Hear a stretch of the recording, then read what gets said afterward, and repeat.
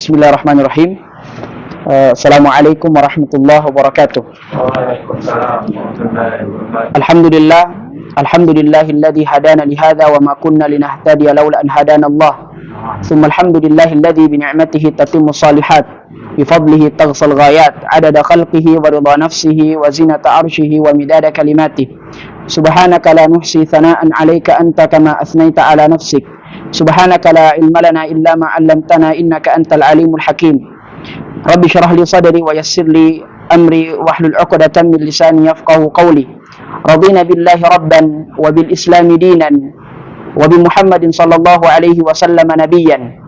Subhanaka la Allahumma ya Allah faqihna fid din wa 'allimna at-ta'wil. Allahumma la sahla illa ma ja'altahu sahla wa anta taj'alul hazna idza syi'ta sahla. Para hadirin wal hadirat, teman-teman yang dimuliakan oleh Allah Subhanahu wa taala. Alhamdulillah kita bersyukur kepada Allah dengan kesyukuran yang hakiki, dengan nikmat yang Allah berikan kepada kita, nikmat waktu luang, ya, karena nikmat luang dan nikmat kesehatan adalah nikmat yang dimana manusia tidak memperhatikannya. Makanya kata Nabi sallallahu alaihi wasallam dalam hadis yang sahih, hadis yang betul, kata Nabi, ni'matani maghbunun fihi ma katsirun minan nas as-sihhatu wal faraq. Ada dua nikmat yang dilalaikan oleh manusia, yaitu nikmat sehat dan nikmat kesempatan. Terkadang ada orang diberikan kesempatan namun ternyata fisiknya tidak sehat, dan terkadang ada orang yang fisiknya sehat namun tidak diberikan kesempatan oleh Allah. Maka kita bersyukur kepada Allah, ya, dengan kesyukuran yang banyak, dengan kesyukuran yang hakiki. Allah Subhanahu wa taala memudahkan kita dan memilih kita di antara para hambanya untuk bermajlis. Dan ketika kita ingin menjelaskan keutamaan bermajlis, ya, keutamaan duduk, ya, untuk menuntut ilmu, maka itu banyak. Di antaranya kata Nabi sallallahu alaihi wasallam, sesungguhnya malaikat turun di majelis ilmu, ya, kemudian menghempakkan sayap-sayapnya di atas kepala para penuntut ilmu, para hadirin dan hadirat yang hadir di majelis tersebut. Dan tentu kita menyampaikan salawat serta salam kepada Nabi kita yang mulia, Nabiullah Muhammad sallallahu alaihi wasallam, yang mengajarkan kepada kita banyak ilmu dan adab, ya, sehingga dengannya kita menjadikan pedoman dalam kehidupan ini, ya, seperti misalnya handphone itu punya buku pedoman bagaimana cara kita menggunakannya. Maka seperti itu pula, ya, kehidupan kita di dunia ini, ya, Nabi Shallallahu Alaihi Wasallam diamanahkan dan diutus untuk menjadi pedoman, untuk menjadi penunjuk, ya, seluruh manusia. Makanya syarat diterimanya sholat, puasa, zakat dan seluruh ibadah itu ada dua, ikhlas dan mutaba'atur Rasul. Pertama, syarat diterimanya ibadah itu adalah kita mengharapkan wajah Allah Subhanahu wa taala. Itulah kita sebut ikhlas. Mengharapkan balasan dan ganjaran dari Allah Subhanahu wa taala. Kemudian yang kedua, mutaba'atur Rasul. Kemudian syarat yang kedua adalah kita mengikuti sunnah Nabi, petunjuk yang Nabi SAW contohkan kepada kita semua. Para hadirin wal hadirat, teman-teman sekalian yang dimuliakan oleh Allah Subhanahu wa taala, tentu pertama, kami ingin memotivasi diri kami pribadi dan juga diri teman-teman sekalian untuk senantiasa semangat untuk duduk di majelis ilmu dan dalam rangka menuntut ilmu. Karena menuntut ilmu merupakan ibadah, ya, merupakan bentuk ibadah yang kita persembahkan untuk Allah Subhanahu wa taala. Makanya ketika kita ingin melihat para sahabat Nabi sallallahu alaihi wasallam dan para orang-orang yang telah mendahului kita, orang-orang yang maksudnya di sini adalah orang-orang yang saleh, kita melihat jejak mereka dalam menuntut ilmu. Subhanallah, mereka, ya, melakukan sesuatu yang mungkin bagi kita ajaib. Ternyata ada manusia yang Allah ciptakan dan melakukan sesuatu tersebut, ya. Dan para salafus saleh, orang-orang yang datang sebelum kita, hidup sebelum kita, dan dia beriman kepada Allah, ketika kita ingin melihat jejak mereka, ternyata mereka sangat semangat untuk menuntut ilmu, ya. Makanya disebutkan dalam hadis, man salaka tariqan yaltamisu fihi ilman sahalallahu lahu bihi tariqan ilal jannah. Barang siapa yang meniti jalan, dalam bahasa Arab salaka yasluku dengan bahatha yabhathu an, itu beda. Salaka yasluku mungkin seperti meneliti, mencari sampai ke akarnya.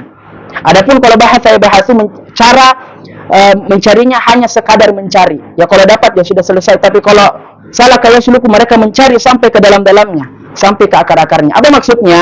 Maksudnya di sini barang siapa yang meniti jalan menuntut ilmu, artinya dia mencari betul itu di mana itu ilmu, dan dia dapat. Kemudian Allah Subhanahu wa taala akan memudahkan jalan-jalannya tersebut kepada surga. Dan sepakat para ulama, para hadirin dan hadirat teman-teman sekalian, sepakat para ulama bahwa menuntut ilmu adalah ibadah, dan ibadah yang paling mudah untuk ke surga Allah Subhanahu wa taala. Dan bukankah semua ibadah yang kita lakukan, artinya di sini salat, puasa, sedekah dan ibadah yang lainnya, bukankah itu semua ibadah mengantarkan kita kepada surga? Tentu, tapi ternyata ada ibadah yang paling mudah kita lakukan, terutama anak muda. Ya, kita semua ini pemuda. Ada ibadah yang paling mudah untuk kita lakukan di usia kita ini. Apa itu? Menuntut ilmu. Ya, menuntut ilmu. Dan ya cukuplah ayat Allah Subhanahu wa taala menjadi motivasi kita, menyemangati kita dengan firman-Nya. Allah mengatakan dalam surah Al-Mujadalah, "Yarfa'illahu alladhina amanu minkum walladzina utul ilma darajat." Ya, sesungguhnya Allah mengangkat derajat orang-orang yang berilmu. Ya. Ya, cukuplah dengan ayat ini menyemangati kita untuk menuntut ilmu. Dan ternyata ya, disabdakan oleh Nabi sallallahu alaihi wasallam, derajat orang yang ibadah, derajat orang yang salat, yang puasa, zakat, sedekah dan ibadah yang lainnya dilakukan, ternyata derajatnya rendah daripada penuntut ilmu. Penuntut ilmu derajatnya di sisi Allah lebih tinggi daripada mereka yang hanya sekadar ibadah. Makanya kata Nabi sallallahu alaihi wasallam dalam hadis yang sahih, Inna fadlal alimi kal abidi ka fadlil qamar ala sa'iril kawakib. Atau kama qala Nabi sallallahu alaihi wasallam.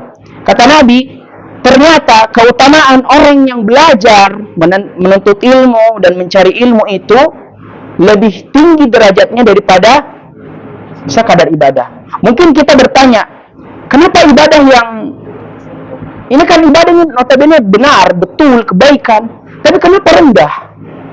Ya, kenapa rendah?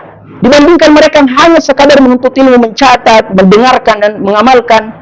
Ternyata orang yang ibadah tanpa ilmu tidak ada sesuatu yang dia dapatkan di hadapan Allah. Karena orang yang menuntut ilmu, orang yang belajar itu, dia akan pasti akan mencari mana amalan-amalan yang perlu kita lakukan, yang sifatnya urgen untuk kita lakukan, dan mana ibadah yang mungkin bisa nanti kita laksanakan. Artinya kita sudah mengetahui fadail, keutamaan, apa feedback, apa benefit yang kita dapat, benefit akhirat yang kita dapatkan kalau kita laksanakan ibadah ini. Dan ternyata itulah sebab kenapa penuntut ilmu derajatnya lebih tinggi, lebih besar daripada mereka yang hanya sekadar ibadah. Nah sekarang para hadirin wal hadirat, teman-teman sekalian dimuliakan Allah Subhanahu wa taala, kita mengangkat topik pada sore ini adalah adab di atas ilmu. Ya. Tadi kami katakan di awal bahwa ketika kita ingin melihat dan menyaksikan, ya, bagaimana para sahabat dan para salafus saleh, orang-orang terdahulu yang saleh beriman kepada Allah, menuntut ilmu agama, menuntut ilmu secara umum. Ya, karena ya di para ulama ada juga yang mengambil ilmu-ilmu matematika, perhitungan dan seterusnya. Tapi tentu kadarnya lebih tinggi ilmu agama. Ya. Kalau kita melihat ternyata sesuatu ajaib itu sangat banyak. Ada yang tidak makan untuk ya hadir di majelis gurunya itu. Ada yang meninggalkan orang tuanya. Istilahnya mungkin kita sekarang dimasukkan ke pesantren, akhirnya dia pisah dari orang tuanya. Tapi seperti itulah lembaran-lembaran yang mulia, jejak-jejak mereka yang mulia ketika mengemban belajar, ya, mereka menuntut ilmu. Ternyata perjuangan yang sangat besar. Nah sekarang ternyata ilmu itu dikatakan bermanfaat, ilmu itu dikatakan benar, ilmu dikatakan itu bisa menaikkan derajat seseorang kalau ilmu itu dibarengi dengan adab, ya, dibarengi dengan adab. Mungkin kita bertanya, kenapa harus ada adab? Kenapa tidak cukup dengan ilmu saja? Ya, kenapa tidak cukup dengan kita belajar Al-Quran saja, alif, bata, iqra dan seterusnya? Kenapa harus ada adab? Ya, karena ilmu dan adab ini ibarat satu kata yang tidak bisa kita pisah, ya. Dan barang siapa yang memisah perkataan tersebut, memisah sesuatu yang sudah bersatu ini, maka niscaya ilmunya tidak akan bermanfaat, ya.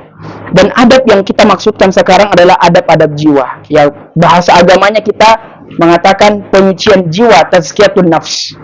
Artinya adab yang dimaksudkan di sini adalah kebaikan-kebaikan yang kita lakukan, namun kebaikan tersebut ada dalilnya, ada petunjuknya dari ilmu yang kita pelajari, ya, dari ilmu yang kita pelajari. Makanya para ulama, ya rahimahullah, semoga Allah merahmati kematiannya dan mayat-mayatnya, dia mengatakan, Imam Ibnu Al-Mubarak mengatakan, ta'allamtul adaba salasina sanatan wa ta'allamtul ilma 20 sanatan. Saya, kata beliau rahimahullah, saya itu belajar adab berapa? 30 tahun. Baru setelah itu baru belajar teori, baru belajar ilmunya berapa? 20 tahun. Dari segi kapasitas dan dari segi durasi waktu mereka belajar, ternyata adab lebih banyak. Ini menandakan bahwa porsi adab dalam menuntut ilmu, dalam kita belajar ilmu apapun, ya, ilmu apapun, tidak sebatas dengan ilmu agama, tidak terbatas dengan ilmu agama, ya. Tapi, ya, dia memberikan porsi yang besar, ya. Pertama, kenapa kita harus belajar adab dulu baru ilmu? Karena pertama, adab adalah cerminan diri kita. Adab cerminan diri kita. Ini bukan hanya ulama, bukan hanya para yang suka ceramah, tapi siapapun dia, mau dia doktor, mau dia profesor, mau dia ahli ini, ahli itu. Tapi ketika adabnya tidak ada, maka tidak ada nilainya di sisi manusia. Misal, doktorin orang, profesorin orang, banyak ilmunya, ahli ini, ahli itu. Ketika dia datang ke kampungnya, dia tidak memiliki, ya, karakter yang baik. Karakter yang baik, tidak ada sifat-sifat yang baiknya. Dia memperlakukan manusia seperti hewan, ya, membudak manusia, menyuruh ini, menyuruh itu, tidak ada rasa kemanusiaannya. Maka pasti orang-orang, saya yakin dan percaya, dia mengatakan itu dokter palsu itu profesor palsu itu. Kenapa ada profesor seperti ini? Mana otaknya dia simpan? Jadi adab ini adalah cerminan diri kita, ya. Kalau adab kita baik ke orang-orang yang ada di sekitar kita, maka insya Allah biidznillah, dengan izin Allah, itu akan baik, itu akan baik. Jadi adab porsinya besar di dalam menuntut ilmu, dan itu yang lebih utama harus kita pelajari daripada ilmu, ya. Karena dengan adab kita akan mengetahui tentang, ya, masalah ruhiyah kita, masalah hati, masalah jiwa. Ya, kalau kita hanya sekadar belajar dan tanpa ada adab, maka tidak ada nilainya. Tidak ada nilainya. Ya. Coba kita lihat orang-orang yang istilahnya dia rajin dalam masalah agama, rajin dalam masalah sholat, rajin dalam masalah puasa dan ibadah yang lainnya. Dia rajin paling pertama, di barisan pertama. Tapi dari sisi dunianya, kalau dia berutang, dia tidak menepati, ya, janjinya itu, utangnya itu, dia tidak bayar, ya. Misalnya lagi ada orang yang sudah belajar agama, ya, sudah bermajelis seperti kita ini, sudah sering rutin, ya, sudah tahu beberapa ilmu dari Al-Quran dan hadis Nabi SAW. Akan tetapi di rumahnya dia bentak orang tuanya, ya, dia melakukan keburukan kepada orang tuanya. Maka ini tidak ada nilainya di sisi orang tuanya, karena tidak beradab. Maka tujuan kita belajar adab, ikhwas sekalian, sebelum ilmu itu supaya ilmu yang kita punya itu melekat pada jiwa kita, bukan hanya sekedar masuk di otak, tapi bisa melekat pada diri kita, ya. Makanya para imam dan para ulama yang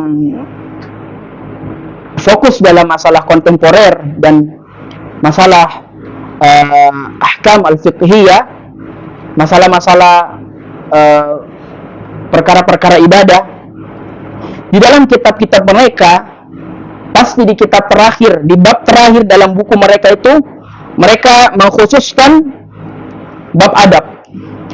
Contoh misalnya Imam Ibnu Hajar Al-Hafidh Al-Asqalani rahimahullah, yang beliau memiliki kitab atau buku yang namanya Bulughul Maram.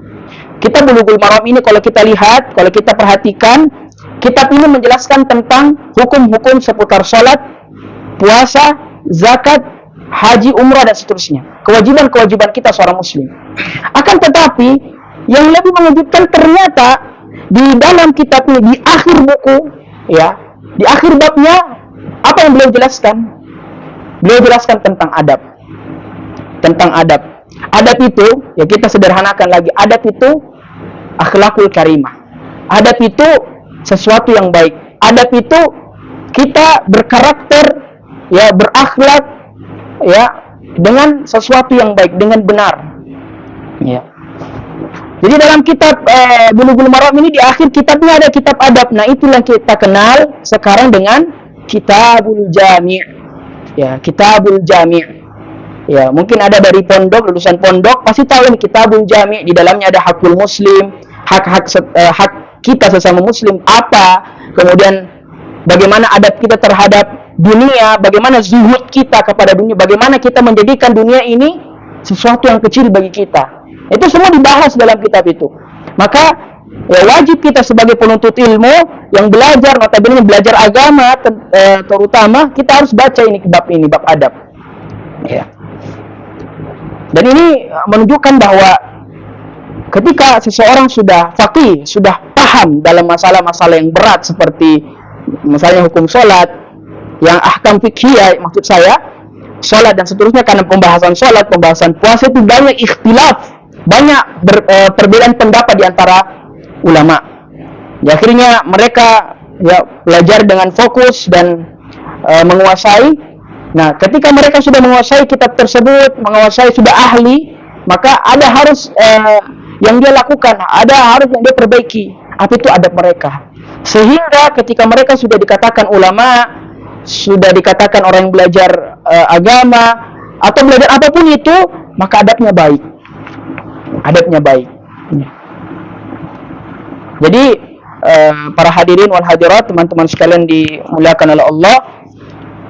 Jadi materi adab, ya, dalam skema menuntut ilmu itu sangat wajib dan sangat kita harus awalkan itu sebelum ilmu. Sebelum, maksudnya ilmu di sini adalah bagaimana tata sholat dan seterusnya, atau ilmu-ilmu yang kita pelajari, matematika, pengetahuan alam dan seterusnya. Ya. Tapi sebelum itu semua, para ulama dulu mereka mempelajari adab dulu sebelum mempelajari ilmunya. Kemudian, mengapa kita harus belajar adab? Kenapa adab itu diutamakan sebelum ilmu? Karena tugas para nabi atau terkhusus nabi kita Muhammad SAW, terkhusus beliau ini, dia diperintahkan oleh Allah langsung untuk menyempurnakan akhlak kita, memperbaiki karakter kita semua. Dari karakternya yang buruk, yang hitam, dirubah menjadi putih, dirubah menjadi karakter yang baik. Dia punya akhlakul karimah, karakter yang mulia. Makanya Nabi SAW bersabda, "Innama bu'istu liutammima makarimal akhlak." Tidaklah saya diutus, tidaklah saya dikirim di atas permukaan bumi ini untuk apa? Kecuali untuk apa? Kecuali untuk memperbaiki, mengajarkan kepada kalian adab, ya, sehingga kita bisa memiliki adab yang sangat indah dan sangat bagus di mata orang. Tentu di sini kita belajar bukan untuk dilihat, tapi begitulah seorang muslim. Seorang muslim itu, ya, orang yang berislam itu memiliki karakter yang indah dalam dirinya. Tidak hanya sekadar syahadat, salat dan tapi seorang yang berislam itu memiliki karakter yang bagus, karakter yang indah, sifat yang baik, ya. Nah, maka kesempatan kali ini kita membuka sesi pertanyaan atau bagaimana? Lanjut. Ada mau ditanyakan? Ya, kami persilahkan.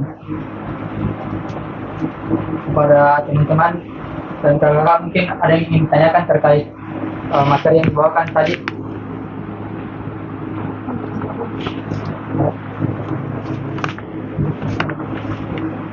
Ada saya Ustaz. Ya, silahkan. Jadi pertanyaannya itu banyak saya dapati orang-orang yang bisa dibilang berilmu tinggi tapi terkesan sombong, bahkan sampai merendahkan orang lain.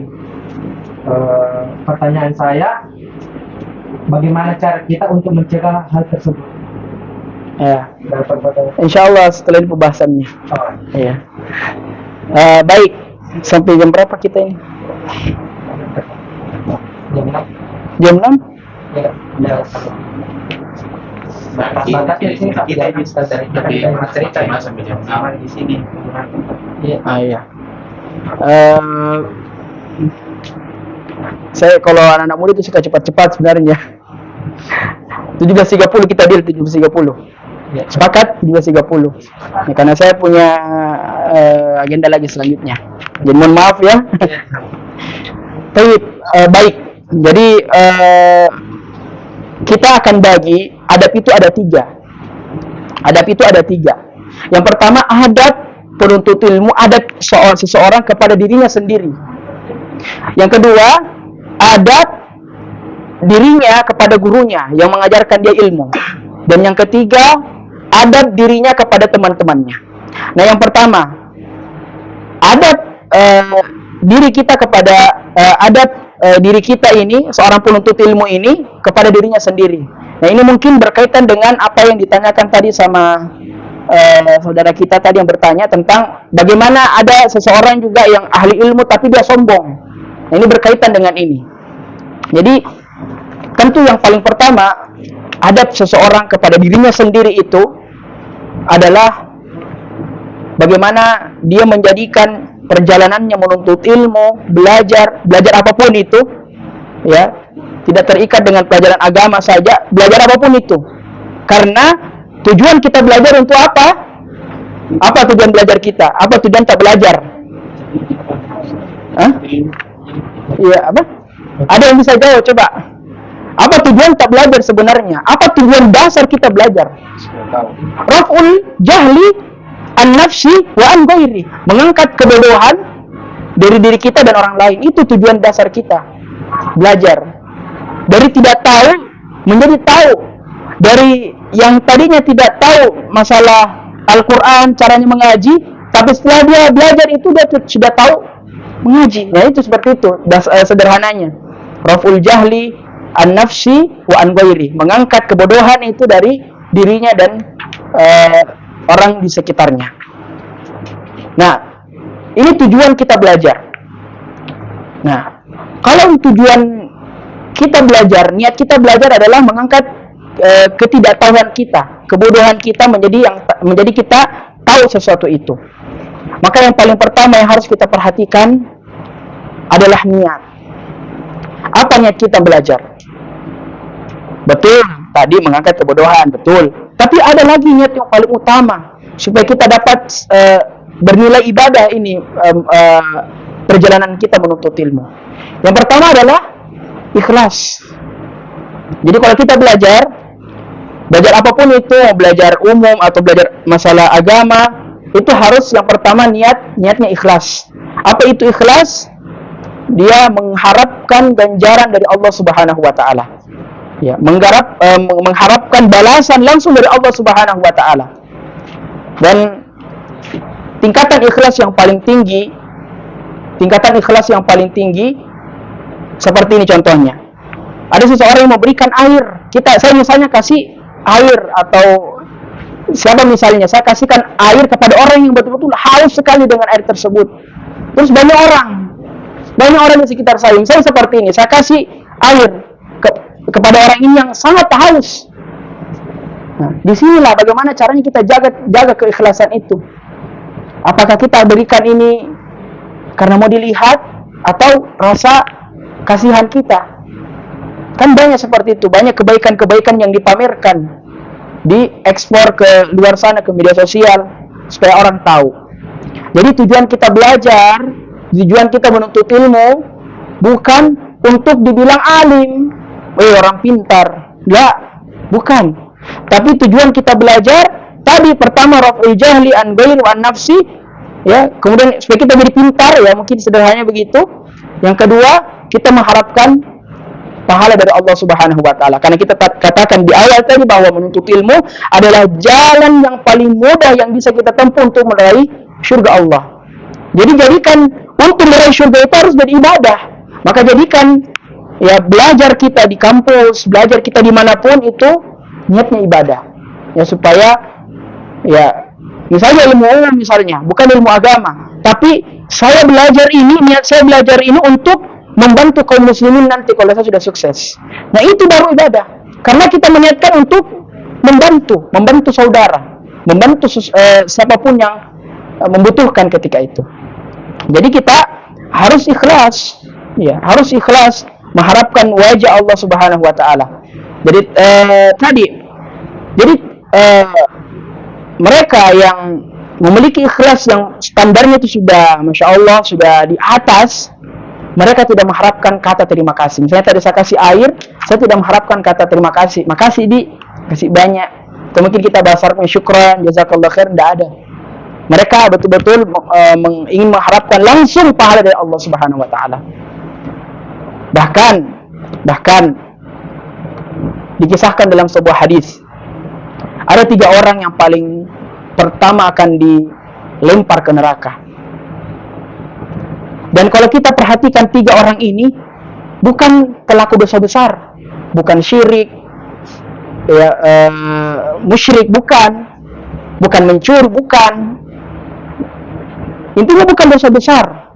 Tapi ternyata ketika kita mendengarkan hadis ini, jangan sampai ada pada diri kita. Yang pertama al-alim, orang yang berilmu.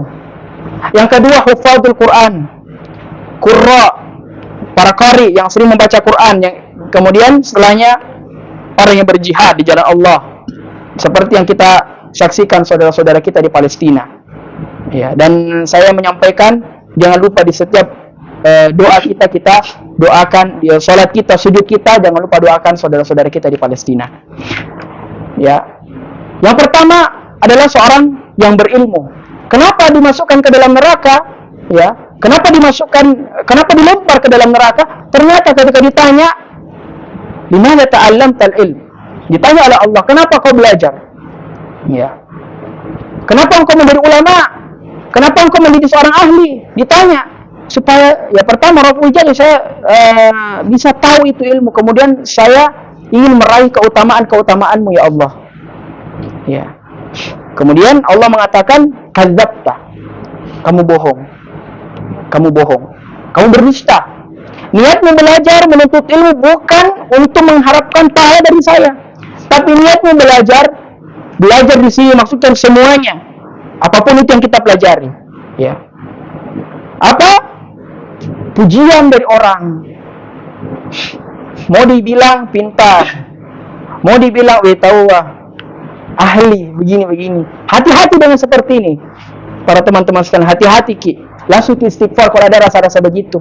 Karena jangan sampai tidak diterima niat tak dalam belajar itu. Percuma kita belajar bertahun-tahun, tapi mungkin niat kita ini, atau mungkin kita sudah sedetik lagi masuk ke dalam surga. Tapi ternyata, ya Allah, ada sebiji zarrah di dalam hati ini. Biji zarrah itu biji sawi, kecil sekali.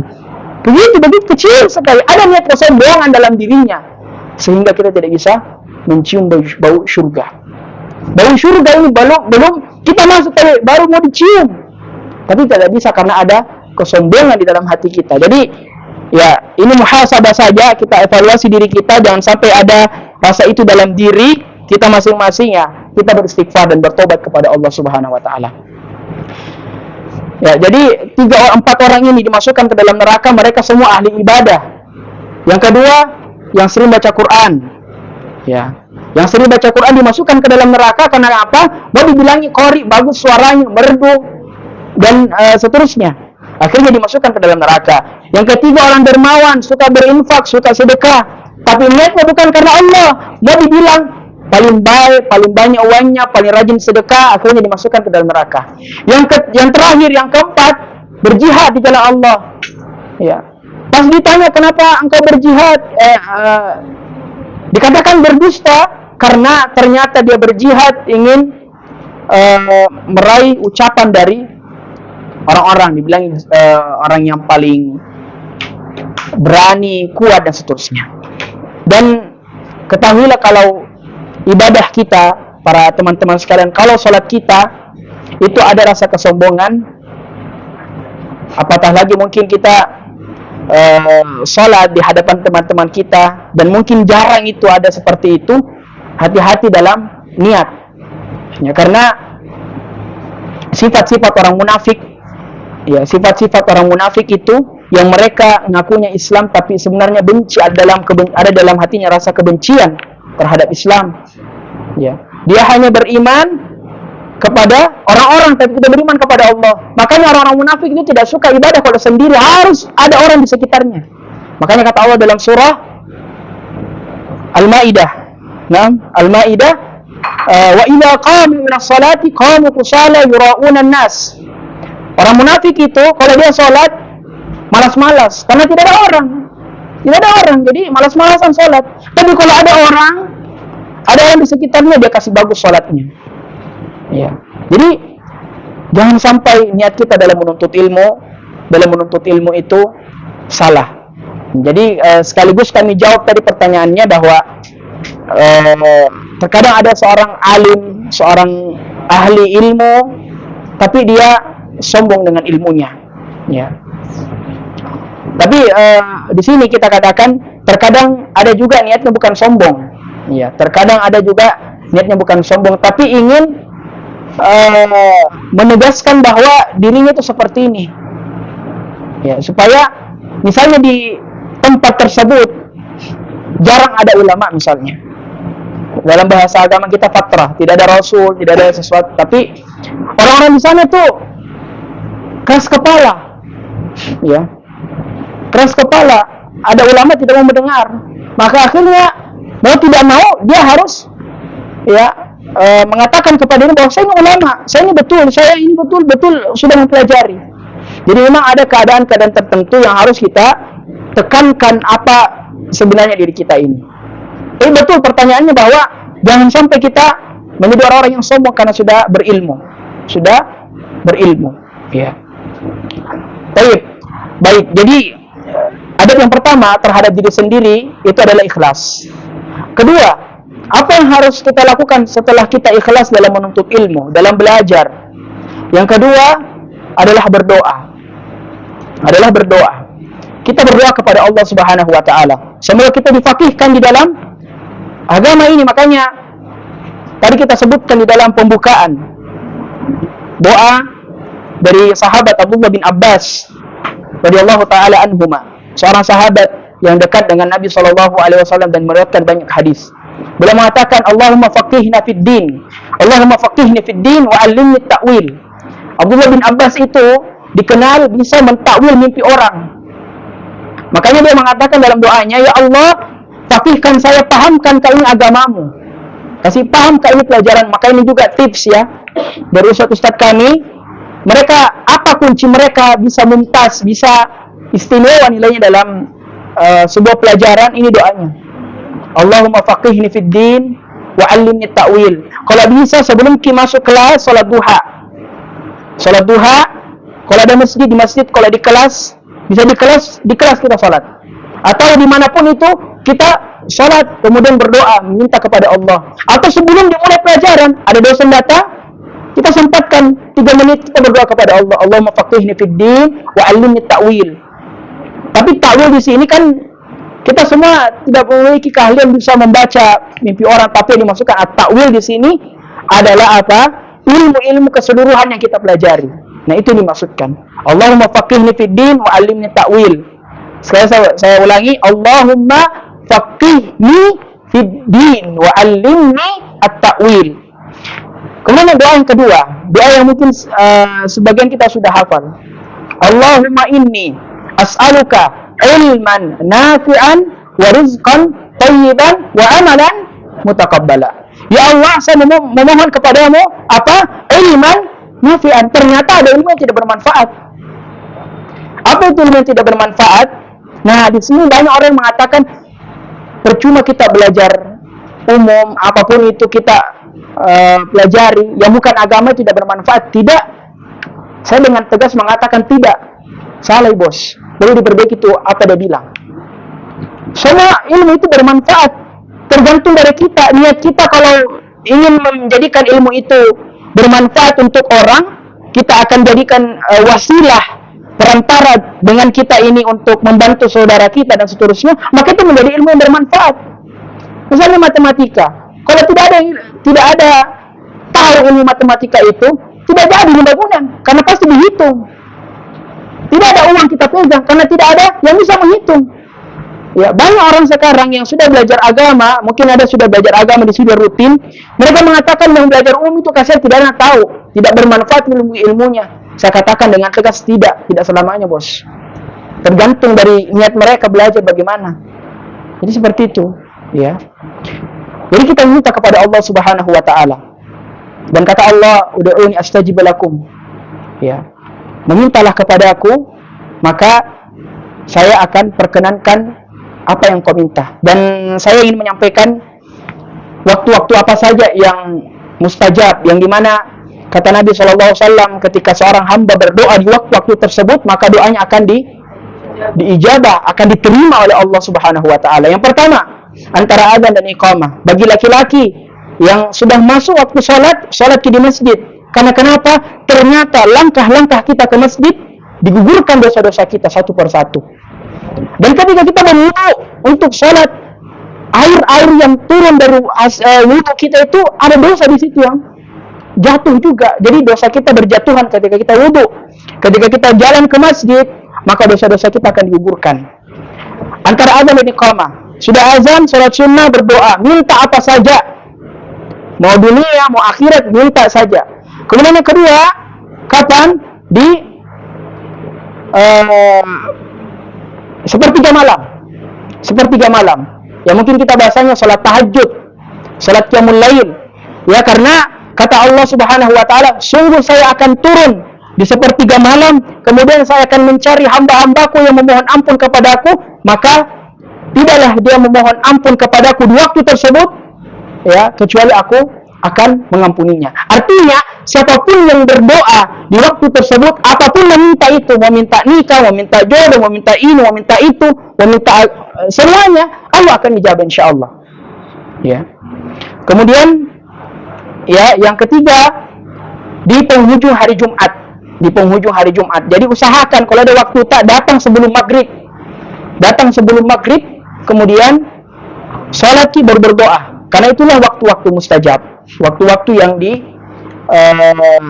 Allah Subhanahu wa taala jamin doa-doa kita diterima oleh Allah Subhanahu wa taala. Jadi kita simpulkan tadi yang pertama, adab terhadap diri sendiri adalah ikhlas, mengharapkan ganjaran, balasan dan semuanya dari Allah Subhanahu wa taala.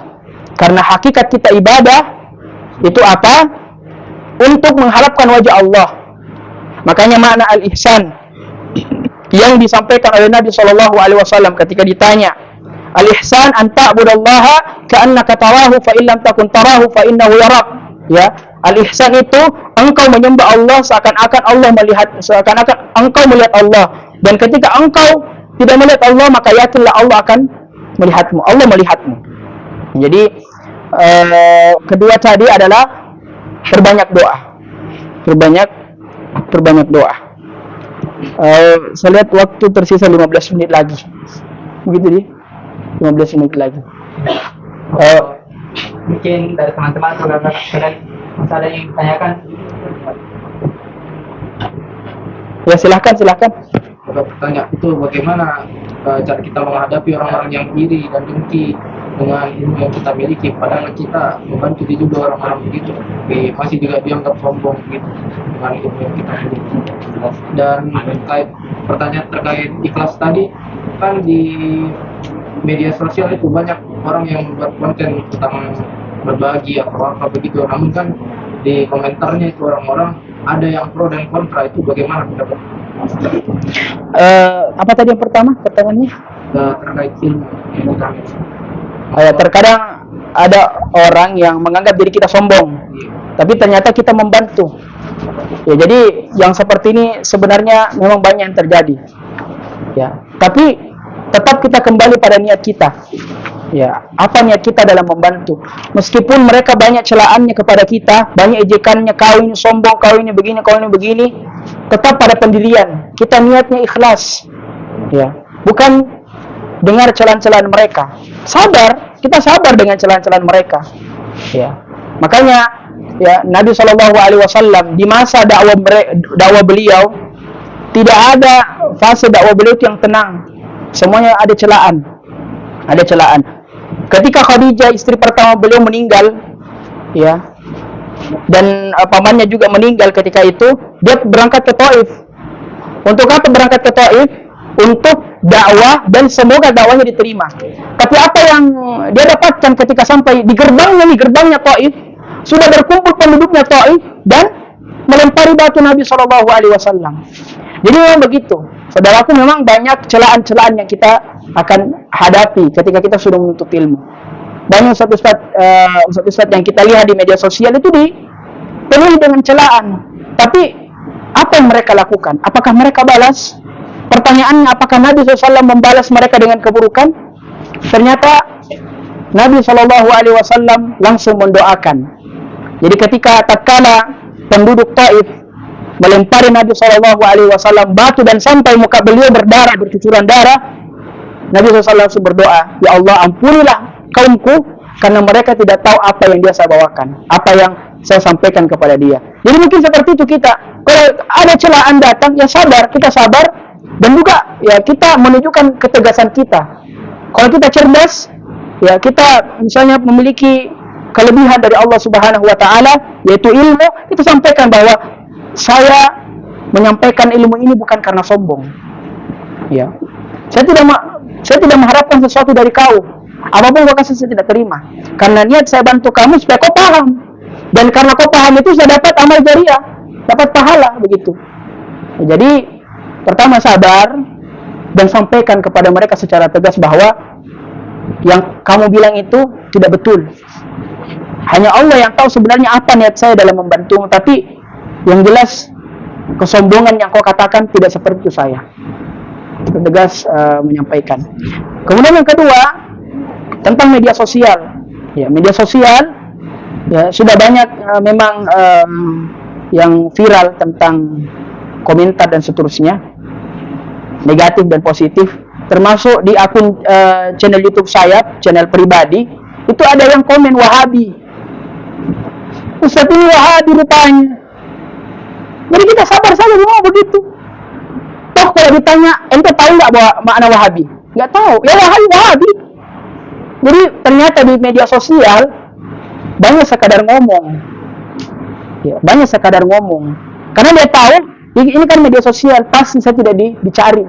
Pokoknya sambar saya dibilang. Bagaimana cara menghadapi itu? Ya kita kalau memang membutuhkan jawaban yang tegas, kita jawab dengan tegas. Tapi kalau hanya sekadar celaan dan cemooh, ya mau apa memang seperti itu. Kemudian konten-konten yang bermanfaat terkadang jangan sampai dijadikan sebagai sesuatu yang menjadikan dia sombong. Padahal memang ada sebenarnya kebaikan-kebaikan yang harus kita sebarkan. Karena kebaikan itu ada dua, ada yang dirahasiakan dan ada yang diterang-terangkan. Yang dirahasiakan itu adalah amalan pribadi. Misalnya puasa, ya puasa kan kita tidak tahu puasa, ya kelihatannya memang segar-segar tapi ternyata puasa. Ini amalan rahasia, berdoa, sholat malam, sedekah. Tapi ada memang amalan-amalan yang harus diterangkan, yaitu dakwah. Dan ini konten bermanfaat, apapun itu kalau bermanfaat, ya memang harus diterangkan. Apalagi kalau memang di masa-masa itu butuh ilmu, ya. Tapi tunggu dulu, konten bermanfaat yang dimaksud apa ini? Agama atau secara umum? Secara umum. Kalau secara umum biasanya memang banyak ya cara cari jawaban. Tapi kalau dia mendekati dengan kebatilan, dengan keburukan, ya jangan diambil konten itu. Ya, misalnya cara jitu untuk lulus ujian. Ternyata di dalam kontennya itu bagaimana caranya kita bawa kertas jawaban. Ini tidak boleh. Meskipun bermanfaat, mungkin dilihat bermanfaat bagi mereka yang tidak belajar. Tapi ini sungguh kesalahan yang sangat besar kalau kita biarkan. Ya, tapi kalau dia Yang saya maksudkan tadi terang-terangan adalah kebaikan, notabene-nya agama. Misalnya anjuran sedekah, anjuran amalan-amalan khusus. Ya misalnya sebelum tidur barang siapa yang berdoa sebelum tidurnya, la ilaha illallah wahdahu la syarikalah, lahul mulku wa lahul hamdu wa huwa ala kulli syai'in qadir. Siapa yang mengatakan doa ini sebelum tidur 3 kali maka akan diampuni dosanya. Nah ini boleh, karena ini amalan-amalan yang mungkin sederhana dilihat, tapi subhanallah ternyata bisa menghapuskan dosa sebelum tidur. Nah itu boleh, tapi kalau konten-konten yang seperti tadi kita katakan ya perlu difilter dulu. Makanya di media sosial itu tidak bisa langsung kita percaya, karena terkadang tidak real, tidak betul. Harus kita tabayyun, dalam bahasa agamanya harus kita lihat secara spesifik bahwa ini betul atau tidak, ini hoax atau tidak, seperti itu.